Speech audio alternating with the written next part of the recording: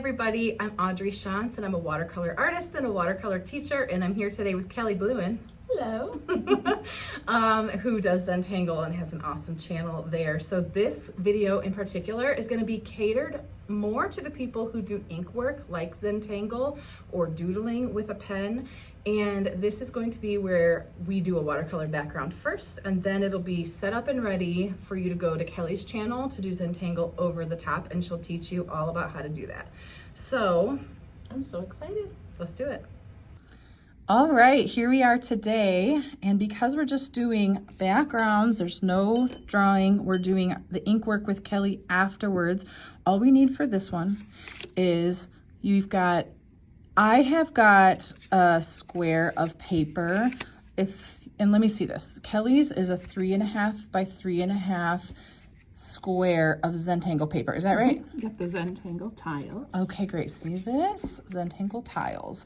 And so she's got a paint on this one, and it's not the same absorbency as watercolor paper. Okay, so you're going to see the difference, but we'll show that to you as we go.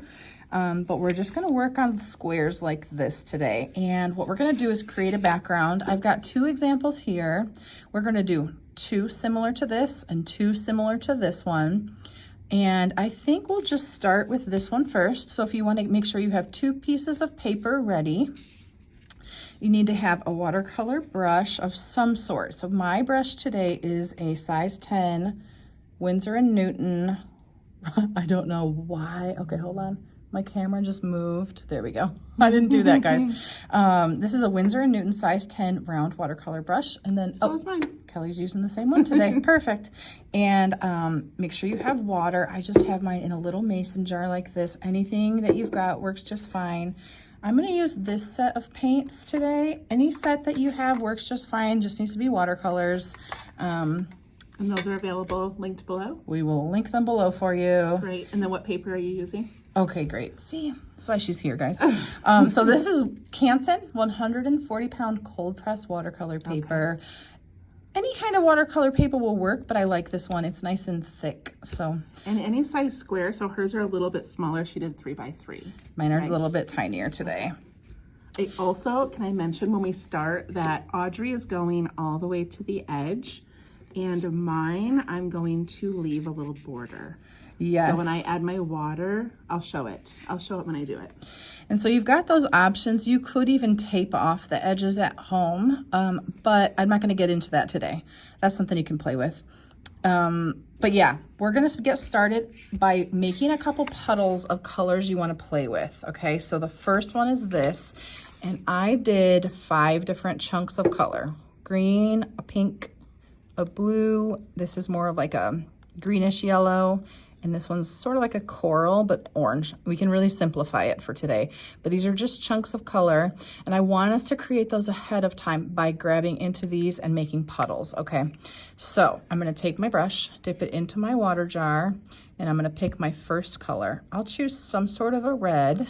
I'm gonna take my brush and swipe it into the paint and onto my palette. Right away, that's darker than I want. And in watercolor, our colors get lighter by adding water. So I'm going to take this brush and clean the pigment out by pressing into the bottom of my water jar. And then I'm going to add water back to it. And now this is a nice soft color. For these backgrounds, if you go too dark on your background, it's really going to steal the show from your ink. So we want to keep them kind of like mid to light colors. Okay, so this one looks great. I'm going to clean my brush out and grab another. So I want you to pick, I would say 3 to 5 colors that you like. It doesn't matter which. So if you're sticking with me, I'm going to get some kind of a yellow going on. I might mix these. You can always mix colors with watercolor and just play with them. But I like to put them here on my palette first. So I put paint here. I went and added more water. This is kind of bold, so I'm going to add some more water to it to lighten it. I'll clean my brush. Do some kind of a blue.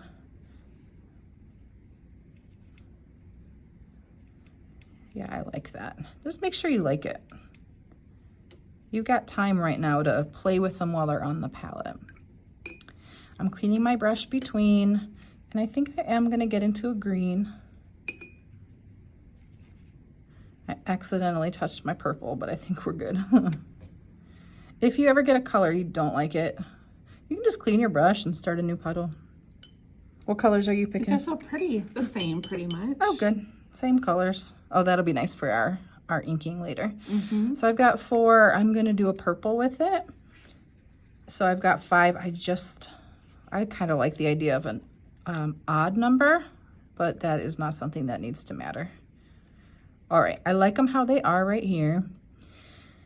So for this tile, we're not going to start with water first. We are going to start with your puddles that we just created. Ooh. Yes, so you can start with water first. I'm so excited. That was a new technique. Because all we need is we want these chunks of color to stay nice and pure. So if yeah. So we're going to dip our brush into the water and grab your first color. And I want you to think of clockwise. We're just going to work sort of top left and work around. I'm going to do a chunk of blue. So timing matters on this. Okay, you may want to watch one time even and then rewind it and come back. I did a chunk of blue.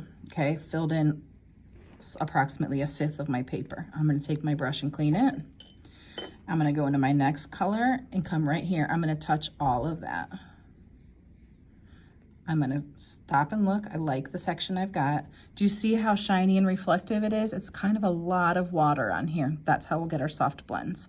So I'll take my brush, I'll clean it, grab my third color, touching it immediately.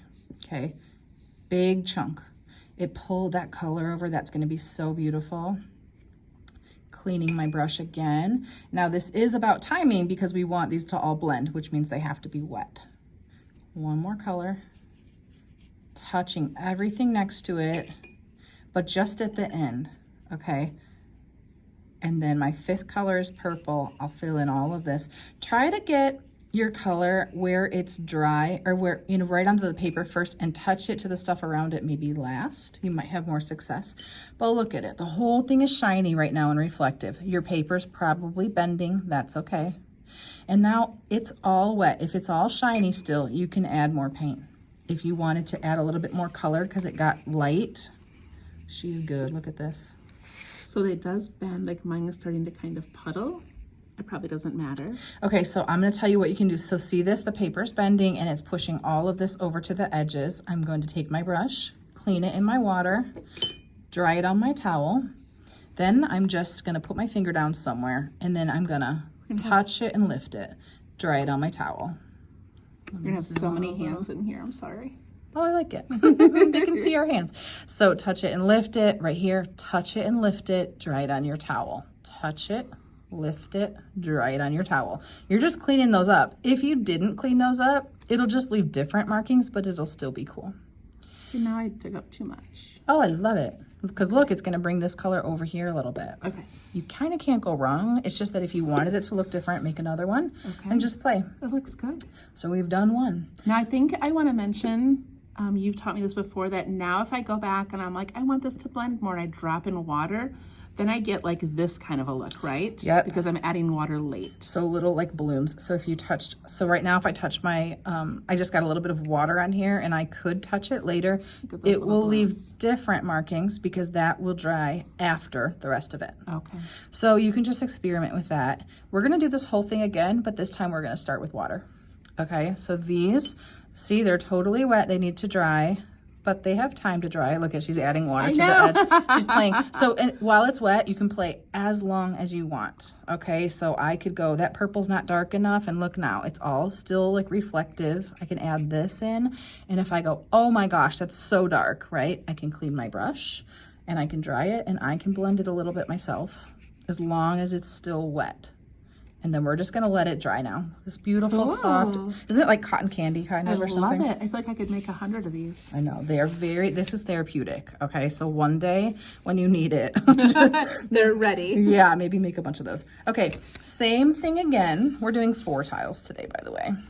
Same thing again. All right. But this time we're going to do same colors unless you want to change them. Go for it.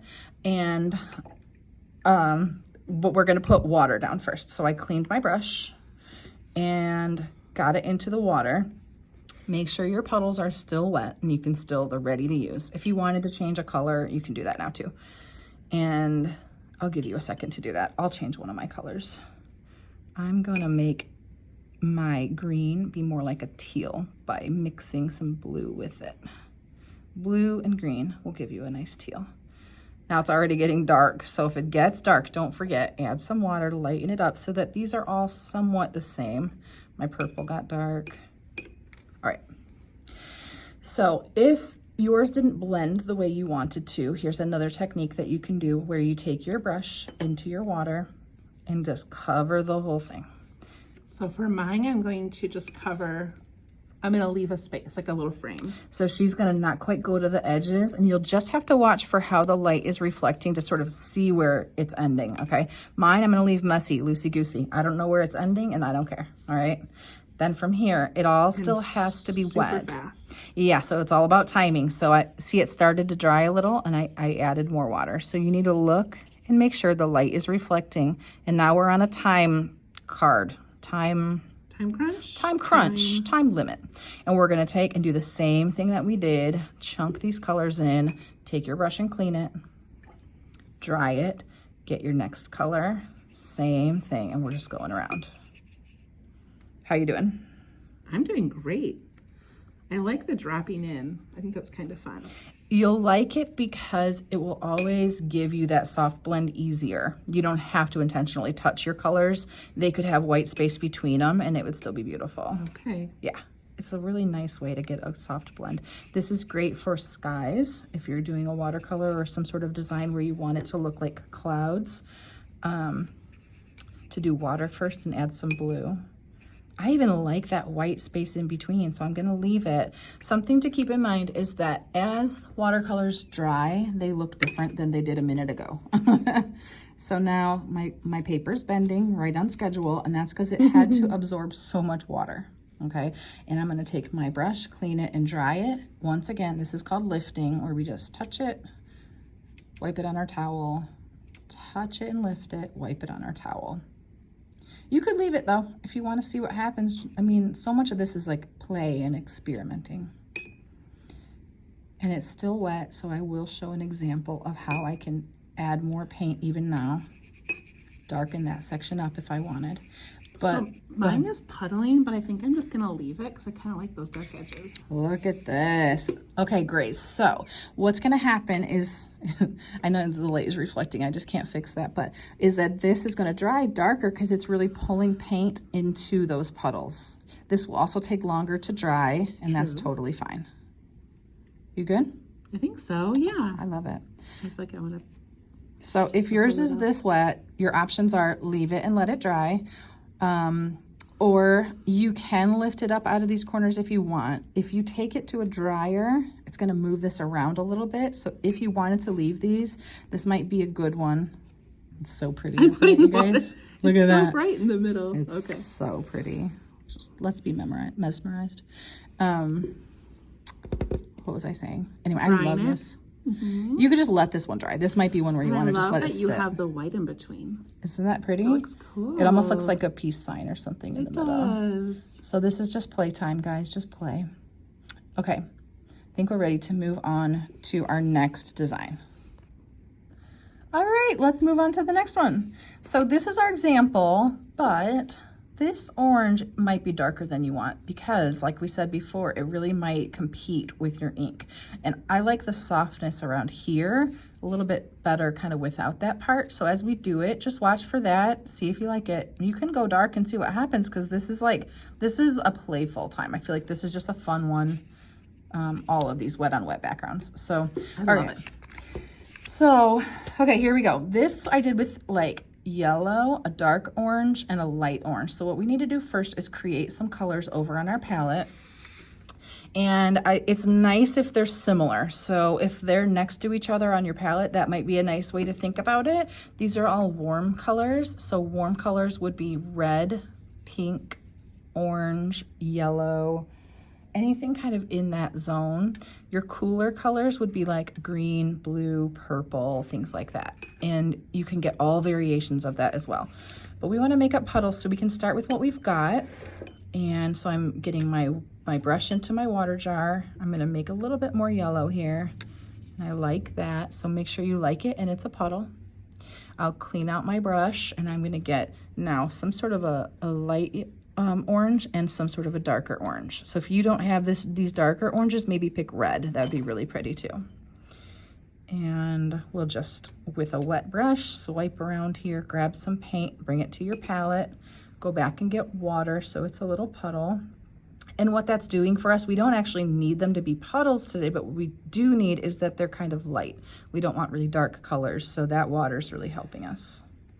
What colors are you gonna do? I just picked the same as you, like an orange, a reddish orange, and a yellow. Which is smart, because she's gonna do ink over this and it'll look like mine. Okay. Okay, I like these colors, and I might just for fun get like a red too, just in case, because look at those, are so pretty. So set up some choices so when you're in here, you don't have to worry about timing. It just gives you like, I don't know, I was gonna say the like paints are ready. Yeah. Everything's ready to go. It makes you ready to go, yeah. All right, so now we're gonna do that wet background first, and I'm gonna explain it before we start. We're gonna get water on the whole background, and then we're gonna start by placing paint right in our center. Then we'll take and we'll start some circles and watch what happens, and we're all gonna experiment together. So yours will not be exactly the same as mine. So if your water's really dirty, you might wanna take a second and go clean it. Ours is getting dirty, but we're gonna go for it. We're gonna try it. So starting with water on the back. Mine's pretty dirty and it looks good, so you can do kind of more than you think with your water. Just watch for if it looks too dark, then change it. I think you should mention again too how to use the belly of your brush to get the most water and the most coverage. Okay, great. So the tip of your brush here is more for details, but when we want to cover this, do you see how we're trying to be efficient and cover the whole thing so that the whole thing is wet at the same time? And I'm going to show you, look at how reflective that is. Okay, we want all that shine, because if it's already drying like this corner is, you can't see the light reflecting as much. This gives us no playtime at all. You might not even get a soft blend, and we need that soft blend. So I will add more water here and look at the whole thing before I start. It's really about there being enough water for soft blends. I'm gonna put my finger down here because it's already curling. I'm gonna get into my yellow and touch it in the center. Okay, and if that's not dark enough, go right into your paints. But remember, we don't want too dark. The water is gonna lighten up your colors as it disperses them though. So as I get darker, I don't need to clean my brush for a darker color, but for most of the time, you're safer to do so. See how I left white space between and I added this medium orange. You can do anything you want right here, so don't feel like you need to stay with me. We're all gonna kind of... Mine looks like a fried egg. It does look kind of like an egg. So now I could place orange right here in the center. Now See we're that? going to the darkest. I went with the darker orange. Yeah, so now what we're all doing is grabbing the colors you made and placing them in here in circles and see what happens. If you have, see this one got a little out of hand, don't forget you can clean your brush and dry it and lift it up a little bit and then go right back in with something else. So this is called wet on wet, and I always think this is your playtime. This is the freedom. So if you're like, this is not free, this is not feeling right, you probably need a little more water. If it's drying up, you need more water. If it's fully out of control, you have a little more water than you need, okay? And you can clean your brush and dry it and just lift it anywhere you need. So I'm looking at it now, see how everything's falling? And I'm like, shoot, I don't want that to happen. I'm gonna lift right here where I see it getting out of control. And I'm gonna take the colors I wanna see and try to place them where I want them. I'm going to show you mine because mine is completely out of control and I think it's okay. Oh, look at that. But mine didn't really end up as circles. Mine just sort of Yeah. went all over. But Okay, so hers, I'm gonna see if I can zoom in a little bit. If she wants to now get it into circles, she still can by getting like some concentrated, like concentrated yellow. some concentrated yellow on her brush. No, I can't do it for you. I can't touch people's artwork. I can't do it. And then if she ran it right where she wanted that yellow circle to be, Ooh, see? cool. Yeah. Okay. See, you can kind of get it back. And then let's say you wanted more orange between, you can do that as well. Oh, sorry. I'm bumping things. So just play with it. And see this much pooling here, I would probably lift that up. Okay. Because what it's doing is taking the paint, the water is making the paint travel here, and then it will be darker and it'll kind of steal from your design. So if you want to take that back, you can play with it as like all the way while it's reflective and shiny. Oh no, I think I just touched yours. Oh, I'm okay. See, we don't worry much about things, guys. And so mine's still wet too, and I can add more color in here. Remember, we don't want to go too dark, but just make sure you're seeing what you want. And mine feels good, so I'm going to clean my brush and dry it. And then remember, we want cleanup. All this on these edges. So wherever yours is out of control, you clean it up. And I want you to just look at it while it's wet. And let's say I wanted a little bit more in the center. I can add it still, and I'm gonna leave mine. How are you feeling about yours? Good. I added some really bold colors, so we'll see how that works. I'm gonna show you something here. Let's show them what happened. So hers got really dark, and if she wants to leave it, she absolutely can. It'll be beautiful. And if she wants to lighten it up, she can take her brush and she can just play with it while it's there, maybe with a little water, and she can, it will lighten it right up. She's gonna pull it on there. See, it's softening it. Now dry it, yeah. And so she's gonna lift up some of that dark paint and wipe it on her towel.